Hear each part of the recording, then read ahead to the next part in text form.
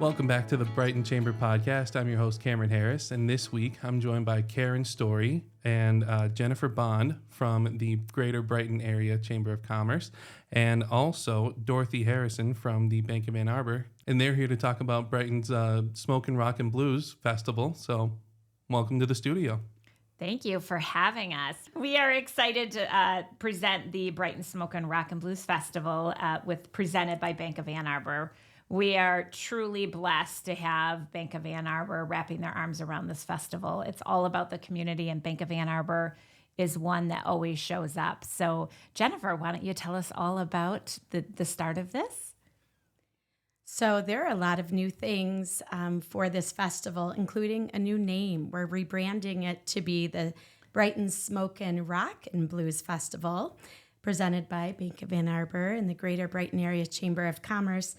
And we have a lot of fun things planned for this festival. One of the new things you're going to notice is that there's no longer a paid admission to enter the beer tent and to have front row seats to the bands. This year, it's going to be a free music festival.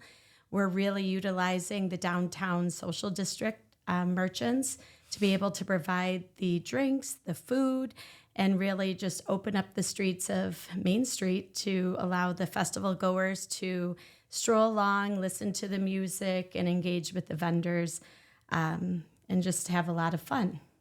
So really quick, Dorothy, if you wanted to share how Bank of Ann Arbor is involved in all this, and kind of how all the other sponsors are involved as well. Sure. We've this has been such a great event for a long time, and it started the partnership between the Chamber and Bank of Ann Arbor was formerly with First National Bank, and they were one of the first sponsors of the event, and we've just really enjoyed partnering with them, and we love this event.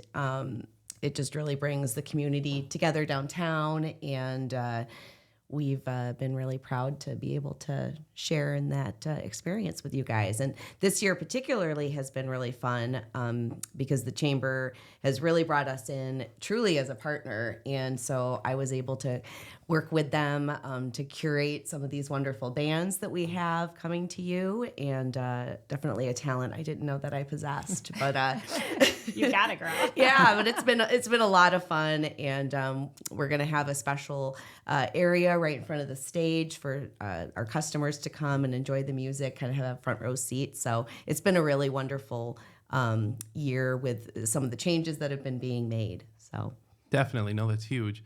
And so one of the most important things that I can think of asking is, when exactly is the event? Because we don't want people showing up on the wrong weekend. No, the event will take place the weekend after Labor Day. So it starts Friday, September 5th, and it's starting at 5 o'clock in the evening. We'll start right away with live music at the Amp at Mill Pond. The event also goes on through Saturday. Saturday it starts at 12 o'clock at noon. And the streets will be closed off, full of vendors and great barbecue foods and a lot of fun. But the event will end at 11 o'clock each night. Awesome. So you mentioned earlier, and obviously it's in the name of Rockin' Blues, that there's music. And so who all can people expect to hear play there? Oh, you got to talk about Chris, right? Yes. So I just started 2.5 weeks ago as the event coordinator for the Chamber of Commerce. And in the room, there is a listing of all of the musical acts that have been part of this festival. And I noticed one of our acts, that's actually our closer on Saturday night, Chris Canis, was actually part of the very first Smokin' Jazz Festival in 2006. So We're welcoming him back. There's also other acts that have been part of this festival before, like the Randy Brock Group, the Greg Nagy Band, and we also have rock bands from the local area that some of the community have probably already seen within the bars and restaurants in downtown Brighton. So we're bringing in some regional bands and some local bands just to create a fun event. Definitely. And I know you mentioned vendors earlier, talking about like food and stuff. Mm-hmm. Like local ones, is it food trucks, or is it mainly anyone kind of in the area that's involved? So we have some of Michigan's best food trucks. We have 8 food trucks that are going to be bringing brisket and ribs and mac and cheese and everything you can think of with a barbecue festival. But then we also have our local restaurants that are extending their fronts to provide their favorite cocktails and drinks, as well as some of their food offerings. We're bringing some other restaurants that are in not on Main Street. They're also coming in with food tents to provide their food for people to enjoy. We'll have tables set up for people to sit down and just kind of chill out and eat their food. And it's just going to be a wonderful, well-rounded festival just to celebrate the wonderful community we have. I think that's the best part. Like when you think about, closing down Main Street and, no longer having those beer tents and paying for the music. Like I'm so excited. I know Dorothy and I were talking about this, just to see the level of excitement that the business that it's going to bring into our locals here, right? Like continuing to feed, our area, I think is just so important, and a part of, for us at the chamber, being able to support our local businesses. And using the resources we already have with our beautiful amphitheater that's right by the mill pond. I mean, it's so picturesque. And it really is. And this, in our partnership with the city of Brighton, our city police, our fire, like it really, when you think about this festival as a whole, you really have to go back to, oh my gosh, think about what it took to plan this event. And it really, truly has taken a community from the city police, right? I mean, all of it. It just, for me as a president, I'm like, oh, I love this. I love our town. So real quick, I kind of wanted to shift gears, and that was a pun. You'll get it in a second. But to talk about parking, because everyone knows in Brighton that parking can kind of be a struggle for some events. So what can people expect for parking? So most of all of our parking lots will be open. We will have our municipal lot, which will be utilized by the farmers market on Saturday morning. So that will not be available for parking until after 1 o'clock when all of the farmer market vendors leave. But we also will be providing free shuttles. They'll be running about every 15 minutes, leaving from the Brighton main office lot, which is the front lot, as well as at Meyer at the normal Let's area. So we will be having that run throughout the festival length, and they'll be ending at 11:30, I believe. So as long as people can get back to their parking spots by 11:30, they'll be able to not have to worry about the downtown congestion and just have a easy go with utilizing the shuttles. Definitely. No, that's huge.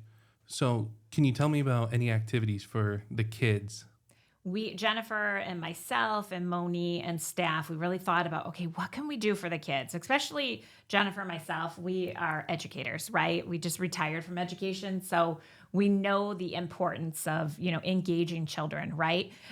So we came up with the Rockin Kids Mini Mart. And we're super excited about this because we're going to have children like an entrepreneur fair, right? Like they're going to be able to join us from 12 to 5:30. And that area will be right there by El Arbol. But we already have kids signed up. They're going to be selling, like their little CEO, them being little CEOs and showing off their talent. So we're excited about that.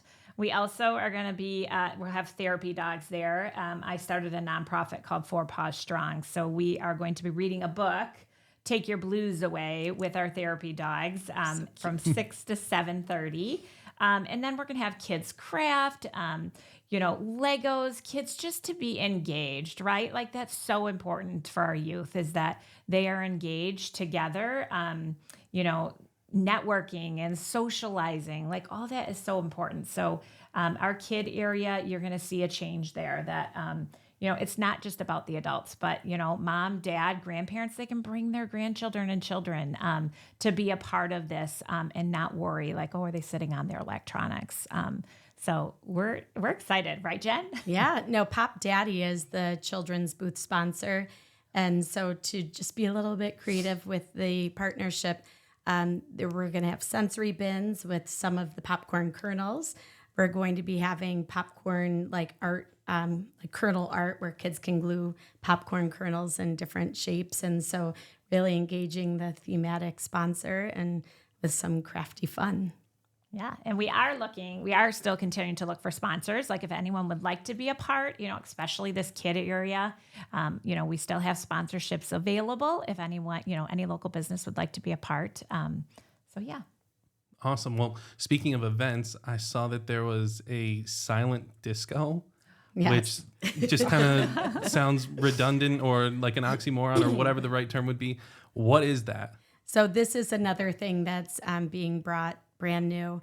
A silent disco is essentially much like what we're wearing right now. You're putting on headphones, they're wireless headphones, and there's going to be 3 different channels of music. There's going to be a live DJ on site, and people can click to hear the different music that is being played on the channel and then just dance and vibe with whatever song, sing along with the songs. And so it ends up being, something that you can participate in, but also just from being a part of silent discos at different festivals, I like to be a spectator because then it's kind of fun. It's a challenge to see which dancers and are on the same channel, based on the song, and then trying to going, ooh, what song is that? So it's, it can be, twofold. You can dance and have fun with it, but then you can also just enjoy watching people. We're going to have that on the end of the street by Lou and Carl's. So it will be a way to, bring people to the different ends of the street. Of course, we'll have the live music at the Amp at Mill Pond, and I'm just, trying to bring as much music and rocking out and to the streets. And I know this silent disco is a big thing with, especially our high schoolers, like they're at grad parties. And so that will be a lot of fun to bring, that generation of, group to our festival. Yeah. Yeah, that'll be fun. Dorothy, are you going to try it? I'm thinking about it. Let's get Marty, right? Let's get, I'm awkward dancing even when people can hear the music. Yeah. So I can't even imagine how awkward that would be. my Oh, I'm the same way. I will definitely be watching, not really out there. Well, that will be an event. It's only going to be 3 to 8 on Saturday. So it will just be a special event on Saturday afternoon through dusk. I did research. The sun will be setting at 8 o'clock on September 6th. All right, there we go. So I'm like, I don't want the headphones to be going through town. I'm like, it'd be easier to track them when there's still plenty of light. So Maybe we could have like a chamber or Bank of Ann Arbor contest, right? Like get the employees up there. Like have a how certain fun time. would that be? yeah, there's going to be 50 headphones. Oh, so sounds amazing. be ready. It'd be so fun. So kind of transitioning into volunteering, are you guys fully staffed for how many people you need at the event, or how can people kind of get involved if you need people? Right now, I will tell you that we are super thankful for our community partnerships. Again, going back to the community, our Knights of Columbus group through St. Pat's Church here in Brighton, with our Country Boots and Beats, they volunteered to do all of our garbage. And they are stepping up again to do this event with our Smokin' Rockin' Blues. So just honestly, just a blessing to have that group there with us. But we definitely could use more volunteers to help us with our booth, help with setup. Please get in contact with us. We will, we are definitely in need of volunteers. A Sign Up Genius will go out, but I worked on that yesterday. There we Yeah, go. it will be coming out soon. So, anybody that is interested in volunteering, to, get a hold of us, myself or Jennifer, Moni, but we can plug you in. But that would be great to be able to have more volunteers. And where should people kind of go to get involved? Like a website? Oh, or yeah. anywhere? So the website, it's if they just go to brightoncoc.org, or they can email Jennifer B at brightoncoc.org. So, they can email or they can get right on the website. Jennifer made an amazing link to the event that is going to go live today on our website. It will say Smokin' Rockin' Blues. Click here, for event information. But there's frequently asked questions, parking, hey, we have a farmer's market going on. So just a lot of great information for our festival goers, but also communication to our downtown businesses, right? That is really important that we're communicating with our downtown local businesses. So Yeah, if people are, curious about which bands, I went ahead and all of the schedule of the bands linked to their social media or their websites so they can kind of, see who's coming and what kind of music they might be bringing.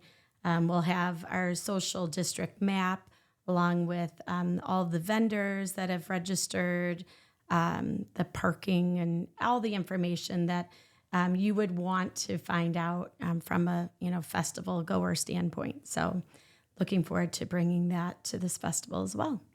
And I will say, the Taste of Brighton, I attended that event and I volunteered. And I will tell you, it was such an amazing event. And, Keith and Ken at Running Lab and Mac and Todd Buckley have been just a great support for us with this event because this is Jennifer and I's first event together with Moni. So I will say, they have just been great as far as like, hey, these are some things to think about if you need to borrow. So again, you go back to it really being about a community. Yeah. Yeah, and we'll definitely include all those resources and emails and everything in the description below. So anyone that is driving right now can look at that later on. They don't have to rewind it and try to find it again. So that'll all be there for people to access easily. But so as we wrap up here, is there anything that anyone would like to mention that we might have missed? Come to the concert. I know, right? It's going to be awesome. It's gonna be so Rain fun. or shine, we are going to have fun. Really. And it's, again, back to the music. It's going to be great. It is. So many great bands, local bands, people I went to high school with, Brighton Really? people. Oh, yeah. Yeah. So, no, I mean, we've curated such a exciting group of bands, and really there's something kind of for everyone. So, Yeah. And then next year will be the 20th anniversary. So, wow, we're going to have it would to have been the really- 20th this year, but That is wild. COVID. Yeah. 2020. So yeah, next year, 20th year. Be a great festival. Something to look forward to. Definitely. Absolutely. So, well, thank you guys for joining me today. you. And Thank you. thank you for watching, and we'll catch you on the next one.